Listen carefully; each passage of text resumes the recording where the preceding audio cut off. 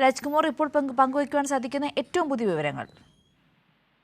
അതായത് നടൻ വിജയെ എത്രയും പെട്ടെന്ന് അറസ്റ്റ് ചെയ്യണമെന്ന് DMK-യും തമിഴ്നാട്ടിലെ DMK-യും കോൺഗ്രസും ഇപ്പോൾ ആവശ്യപ്പെട്ടിരിക്കുന്നു. ചെന്നൈ ഹൈക്കോടതി സ്വമേധയാ കേസെടുക്കണമെന്ന് തമിഴ്നാട് CPIM ഘടകം ഇപ്പോൾ ആവശ്യപ്പെട്ടിരിക്കുന്നു.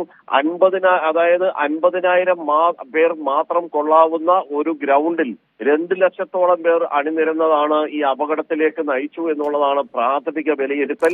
ഇപ്പോൾ മരണസംഖ്യ 38 ഉയർന്നു. അത് ഇനിയും ഉയരാനുള്ള സാധ്യതയുണ്ട്.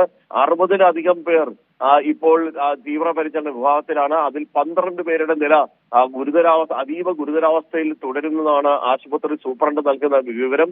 സർക്കാർ ജുഡീഷ്യൽ അന്വേഷണം ഇപ്പോൾ പ്രഖ്യാപിച്ചിട്ടുണ്ട്. ജുഡീഷ്യൽ കമ്മീഷൻ രൂപീകരിക്കുകയും ചെയ്തു. ഇന്ന് തന്നെ അതിന്റെ അന്വേഷണത്തിന്റെ പ്രാഥമികമായിട്ടുള്ള ജസ്റ്റിസ് അരുണ ജഗദീശനാണ് ഈ അന്വേഷണ കമ്മീഷന്റെ നേതൃത്വം നൽകുന്നത്. അതേസമയം തന്നെ തമിഴ്നാട് മുഖ്യമന്ത്രി ഇന്ന് തന്നെ രാത്രി തന്നെ കരൂരിലേക്ക് എത്തും.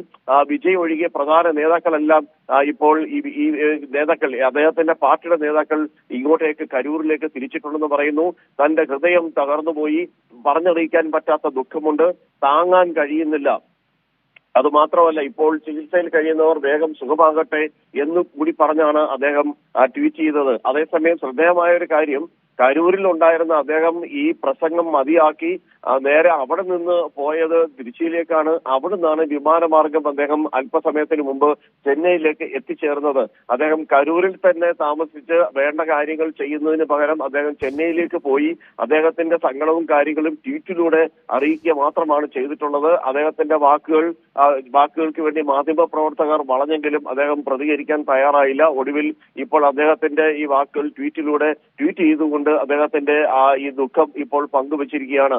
അതേസമയം തന്നെ ഇപ്പോൾ ഇദ്ദേഹത്തെ ഞാൻ നേരത്തെ സൂചിപ്പിച്ചതുപോലെ ഉടൻ ഈ വിജയെ അറസ്റ്റ് ചെയ്യണമെന്നുള്ള ആവശ്യമാണ് DMK-യുടെ സംസ്ഥാന അധ്യക്ഷനും അതേപോലെ തന്നെ അതിന്റെ പാർട്ടിയുടെ ചെയർമാൻ ഉൾപ്പെടെയുള്ളവരും DMK ഔദ്യോഗികമായും ആവശ്യപ്പെടുന്നു. ഒപ്പം കോൺഗ്രസും ആവശ്യപ്പെടുന്നുണ്ട്. അതേസമയം CPIM തമിഴ്നാട് ഘടകം ആവശ്യപ്പെടുന്നത് ചെന്നൈ ഹൈക്കോടതി സ്വമേധയാ കേസെടുക്കണം. ഇക്കാര്യത്തിൽ ചെന്നൈ ഹൈക്കോടതി തന്നെ നേരത്തെ നിരീക്ഷണം നടത്തിയിട്ടുണ്ട്.